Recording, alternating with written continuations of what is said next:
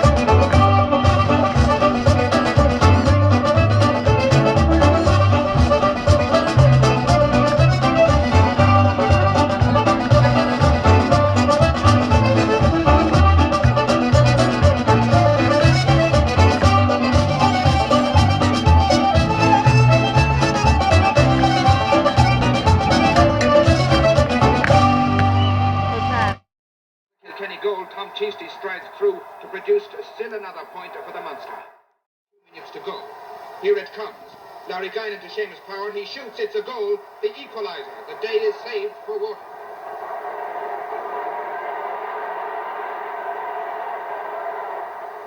But not only Waterford supporters, but tens of thousands of spectators were satisfied with the result. And everyone hoped that the replay would live up to the standards set in this. Watch how it's done in one easy lesson by Mick Flannelly.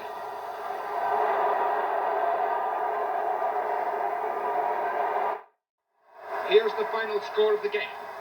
Frank Walsh beats Paddy Buggy to score a superb point from the touchline.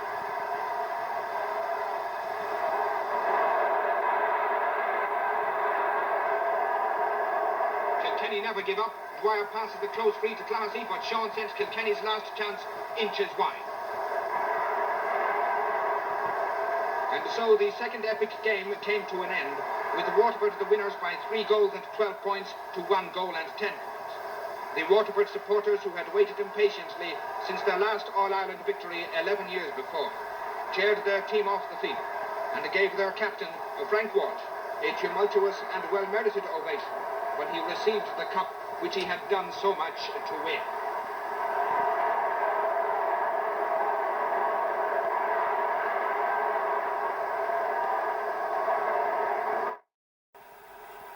But even Ollie has to give best when the forwards keep pouring in on top of him, and there's a goal that really put Cork on the highway of success.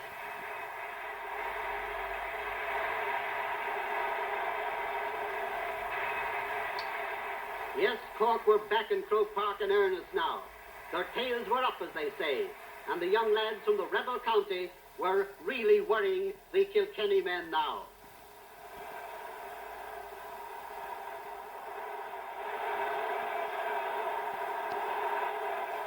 Stalemate in the centre of the field. Paddy Morden trying to break it away, can't get it away. John O'Halloran for Cork. And once again the Cork men attack. And as the hour goes on, Cork take over. But Kilkenny continue to press. And there's a point that narrows the gap. Provided finer hurling. And so Cork, after 10 years in the wilderness, have won their 20th All-Ireland hurling senior title.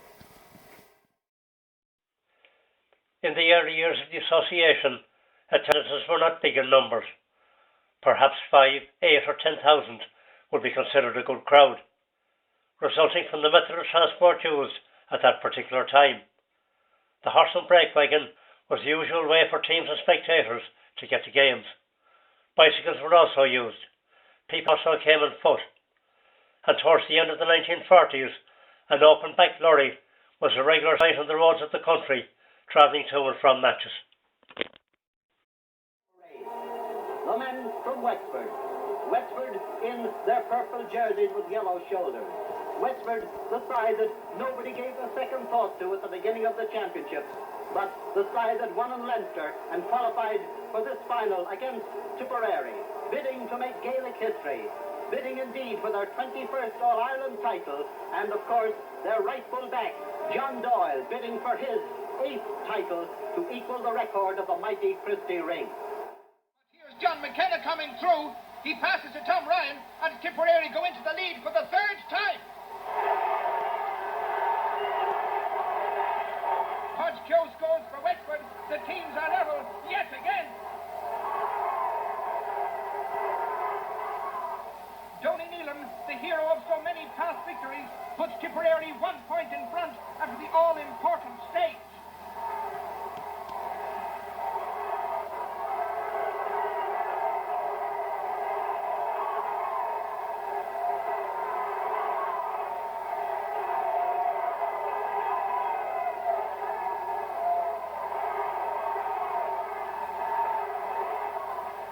And with the seconds ticking away, Sean McLaughlin made certain that the McCarthy Cup would return again to the Premier County. Time is up. The battle has been nobly won and bravely lost.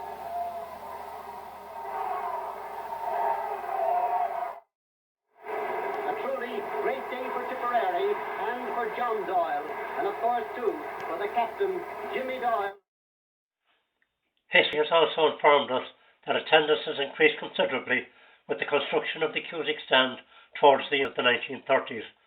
The Great Northern, Southern and Western Railways were now up and running, and all through the 1950s onwards, air, road and rail transport now made Croke Park a very accessible sports venue to the general sporting public.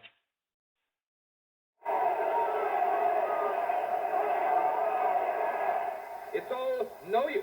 There's Ollie McGrath again, and Kieran Carey can't stop him scoring another great point.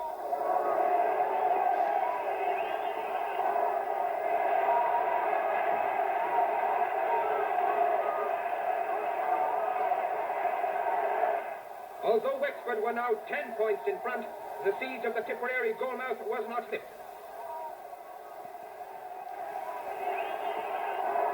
At least, not until goalkeeper Maloney decided to relieve the pressure in person. And there he goes. Novice John Nolan repulsed each Tipperary attack. Men like Tony Wall, John and Jimmy Doyle, truly a victory of which Wexford could be justly proud. There's the final whistle.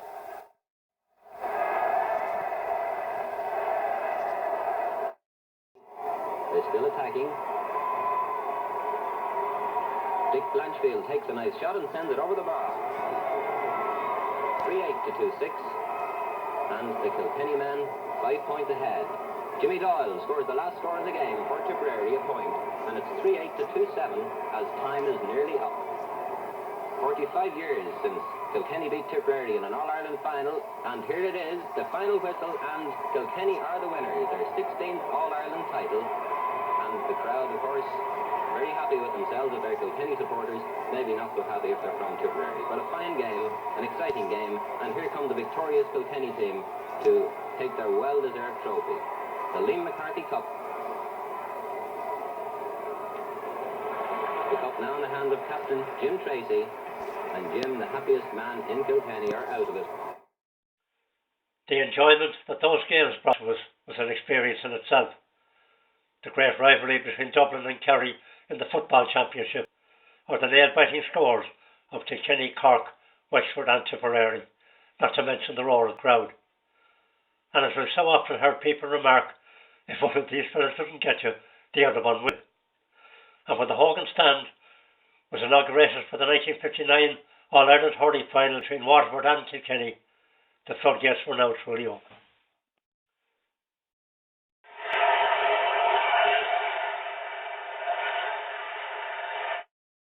Jim McCartan. McCartan shoots. It's a goal.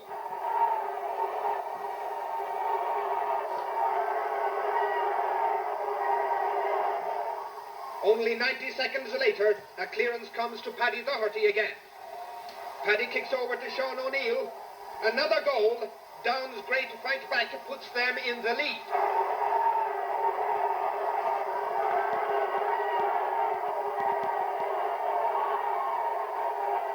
Then Cullen equalises for Offaly. The teams are level, 8 points.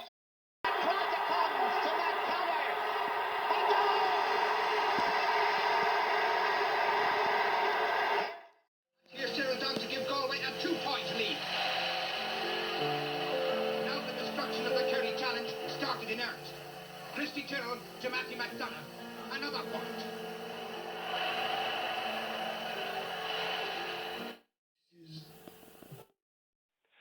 The Kerry senior football team, as well as Cork, Tipperary and Kilkenny senior hurling teams, appear to have been dominant forces in Gaelic sport throughout the decades. But as the clock ticked through the 60s, new kids started to appear in the block. Offaly, Down, Dublin, the Galway 3-in-a-row football team, and alongside them their hurling team, starting out in their campaign to greatness in the mid-1970s. This time Christy Tyrrell decides to do all the work himself, and he puts Galway into a 5-point lead.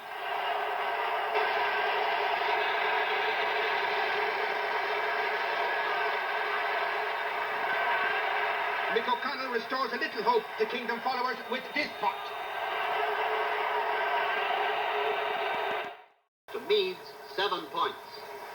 Yes, 3 in a row. And as Enda Cullen takes the Sam Maguire Cup on the Hogan stand, he is but one of the very many happy Galway men who are in Croke Park.